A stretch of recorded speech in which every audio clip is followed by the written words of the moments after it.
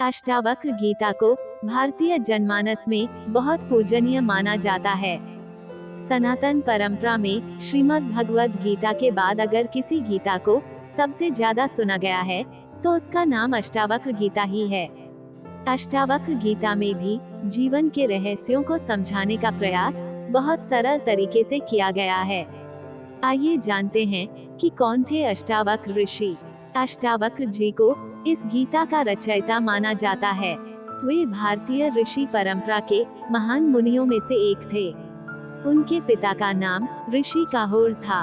अष्टावक्र जी की जीवनी बहुत ही रोचक और प्रेरक है। अष्टावक्र जी के नाना का नाम उद्दालक था और वे वेदों के ज्ञाता थे। उद्दालक जी के पास काहोर एक शिष्य के रूप में आए और अपनी बुद्धिमत्ता से उन्होंने अपने गुरु का हृदय जीत लिया। ऋषि उद्दालक ने अपनी कन्या सुजाता का विवाह काहोर से कर दिया।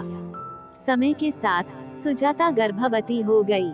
एक दिन जब ऋषि काहोर वेद पाठ कर रहे थे तो गर्भ से अष्टावक्र जी ने अपने पिता के वेद पाठ में हुई गलती पर प्रश्न उठाया। इससे उनके पिता क्रोधित हो गए और उनको श्राप दिया कि उनके अंग 8 जगह से टेढ़े हो जाएं। उन दिनों अपने आप को वेद का प्रकांड विद्वान साबित करने के लिए शास्त्रार्थ किया जाता था और जो जीतता था उसे यश और सम्मान मिलता था और जो हारता था उसे अपमानित होना पड़ता था। राजा जनक उस समय भारतवर्ष में विद्वानों के सम्मान के लिए जाने जाते थे। काहोर भी अपनी विद्वता का प्रदर्शन के लिए राजा जनक के दरबार में पहुँचे। उस दरबार में बंदी नाम का एक विद्वान रहता था जो सिर्फ इसी शर्त पर शास्त्रार्थ करता था कि हारने वाले को जल समाधि लेनी होगी। काहोर ने बंदी के इस शर्त को स्वीकार किया और उससे शास्त्रार्थ शुरू किया और बंदी ने काहोर को हरा दिया। शर्त के मुताबिक उन्हें जल समाधि लेनी पड़ी। उधर समय के साथ अष्टावक्र का जन्म हुआ। इसी वक्त मुनि उद्दालक के यहाँ भी पुत्र रत्न की प्राप्ति हुई जिसका नाम श्वेतकेतु रखा गया। श्वेतकेतु और अष्टावक्र एक ही उम्र के थे।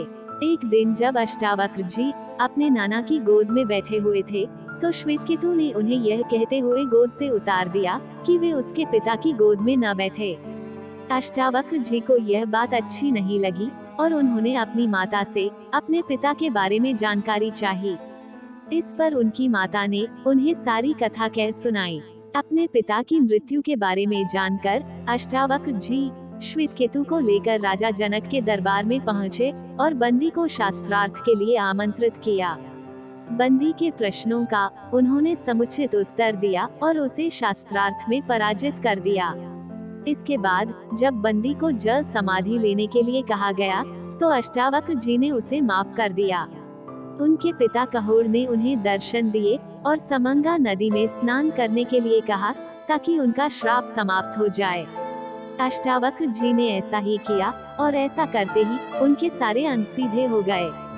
इसके बाद अष्टावक्र जी ने राजा जनक को अष्टावक्र गीता का उपदेश दिया। अष्टावक्र गीता का सार। अष्टावक्र गीता अद्वैत वेदांत का एक महत्वपूर्ण ग्रंथ है। जैसे भगवत गीता में अर्जुन प्रश्न पूछते हैं और कृष्ण उत्तर देते हैं, वैसे ही अष्टावक्र गीता में जनक जी प्रश्न पूछते हैं और अष्टावक्र जी उत्तर देते हैं। अष्टावक्र गीता ज्ञान, मुक्ति और वैराग्य के 3 प्रश्नों पर बात करता है।